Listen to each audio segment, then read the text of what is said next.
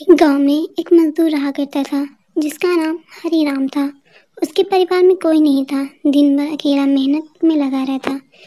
दिल का वो बहुत ही दयालु और कर्मों का भी बहुत अच्छा था। मजदूर था इसलिए उसका भोजन उसे मजदूरी के बाद ही मिलता था। आगे पीछे कोई ना था इसलिए वो इस आजीविका से संतुष्ट था। एक बार उसे एक छोटा सा बछड़ा मिल गया। उसने खुशी से उसे पाल लिया। उसने सोचा आज तक वो अकेला था, अब वो इस बछड़े को अपने बेटे के जैसे पालेगा। हरीराम का दिन उसके बछड़े से ही शुरू होता और उसी पर खत्म होता। वो रात दिन उसकी सेवा करता, उसी से अपने मन की बात करता। कुछ समय बाद बछड़ा बैल बन गया। उसकी जो सेवा हरीराम ने की थी उससे वो बहुत ही सुंदर और बलशाली बन गया था। गांव के सभी लोग हरीराम के बैल की ही बातें किया करते थे। किसानों के गांव में बैल की भरमार थी, पर हरीराम का बैल उन सबसे अलग था। दूर दूर से लोग उसे देखने आते थे। हर कोई हरीराम के बैल के बारे में बातें कर रहा था। हरीराम भी अपने बैल से एक बेटे की तरह ही प्यार करता था।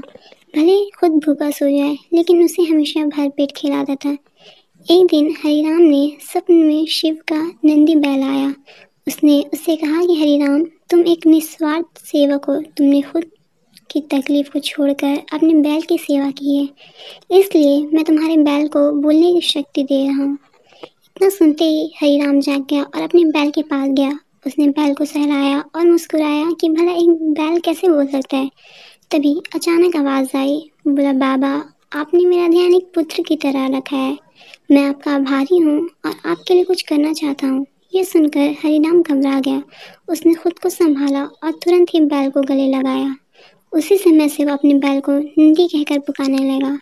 दिन भर काम करके आता और नंदी से बातें करता। गरीबी की मार बहुत ही थी। नंदी को तो हरिराम भरपेट देता था, लेकिन खुद भूखा सो जाता था। यह बात नंदी को अच्छी नहीं लगी। उसने हरिराम से कहा कि वह नगर के सेठ के पास जाए और शर्त रखे कि उसका बैल नंदी 100 गाड़ी खींच सकता है और शर्त के रूप में सेठ से 1000 मुहरे ले लेना। हरिराम ने कहा, नंदी तू पागल है, भला कोई बैल इतना भार वहन कैसे कर सकता है। मैं अपने जीवन से खुश हूँ, मुझे यह नहीं करना। लेकिन नंदी के बार बार आग्रह करने पर हरिराम को उसकी बात माननी पड़ी। एक दिन डरते डरते हरिराम सेठ दीनदयाल के घर पहुंचा। दीनदयाल ने उससे आने का कारण पूछा। तब हरिराम ने शर्त के बारे में कहा। सेठ जोर जोर से हंसने लगा। बोला, हरिराम, बैल के साथ रहकर क्या तुम्हारी मति भी बैल जैसी हो गई है। अगर शर्त हार गए तो 1000 मुहर के लिए तुम्हें अपनी झोपड़ी तक बेचनी पड़ेगी। ये सुनकर हरिराम और अधिक डर गया, लेकिन मुंह से निकली बात पर मुकर भी नहीं सकता था। शर्त का दिन तय किया गया और सेठ दीनदयाल ने पूरे गांव में ढोल पिटवाकर इस प्रतियोगिता के बारे में गांव वालों को खबर दी और सभी को यह अद्भुत नज़ारा देखने के लिए बुलाया। सभी खबर सुनने के बाद हरिराम का मजाक उड़ाने लगे और कहने लगे कि ये शर्त तो हरिराम ही हारेगा। यह सब सुनकर हरिराम को और अधिक डर लगने लगा। उसने नंदी से घृणा होने लगी और वो उसे कोसने लगा। बार बार उससे दोष देता और कहता कि कहाँ मैंने इस बैल को पाल लिया और मेरी अच्छी भली कट रही थी, इसके कारण सर से छत भी जाएगी और लोगों की थू थू होगी वो अलग।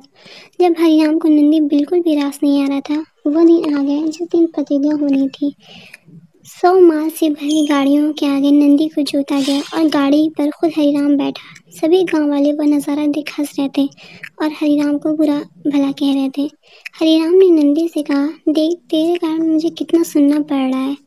मैंने तुझे बेटे जैसा पाला था और तूने मुझे सड़क पर लाने का काम किया। हरिराम के ऐसे घृणित शब्दों के कारण नंदी को गुस्सा आ गया और उसने ठान ली कि वो एक कदम भी नहीं बढ़ेगा और इस तरह हरिराम शर्त हार गया। सभी ने उसका मजाक उड़ाया और अपनी झोपड़ी सेठ को देनी पड़ी।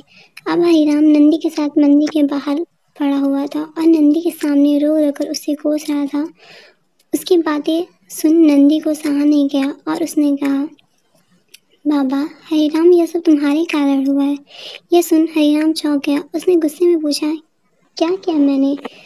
तुमने भांग खा रखी है क्या? तब नंदी ने कहा कि तुम्हारे प्रेम के बोल के कारण ही भगवान ने मुझे बोलने की शक्ति दी और मैंने तुम्हारे लिए सब करने की सोची, लेकिन तुम उल्टा मुझे ही कोसने लगे और मुझे बुरा भला कहने लगे।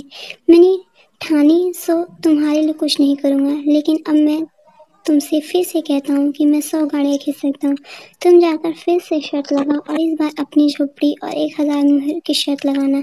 हरीराम वो करता और फिर से शर्त के अनुसार 100 गाड़ियाँ तैयार कर उस पर नंदी को जोता जाता है। फिर वह उस पर हरीराम बैठता है और प्यार से सहलाकर उसे गाड़ियाँ खींचने को कहता है। इस बार नंदी यह कर दिखाता है जिसे देखकर सब स्तब्ध रह जाते हैं और हरीराम शर्त जीत जाता है। सेठ दीनदयाल उसे उसकी झोपड़ी और 1000 मुहर दे देता है। प्रेम के बोल कहानी से यह शिक्षा मिलती है, जीवन में प्रेम से ही किसी को जीता जा सकता है। कहते हैं प्रेम के सामने ईश्वर भी झुक जाता है।